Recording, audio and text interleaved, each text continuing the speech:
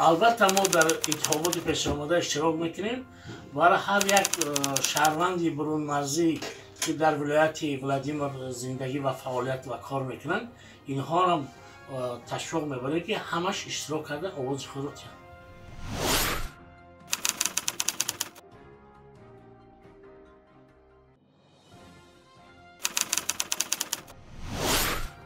البته هر یک شخص، هر یک شهروندی جمهوری تاجیکستان از انتخابات چیزهای بسیار خوب رو انتظار میکنن و من باوری دارم که آن نامزدهایی که پیشنهاد کردن برای خلق، نامزدی ارزنده رو خلق پیشبری میکنند و از نامزدهای پیشبر بودن باوری دارم که در بین مردم، در بین نه اینکه شاید تاجیکستان برای تاجیکان برون مرزی ولایت رسیان کمک‌هاشون رسد، یاردم کنند.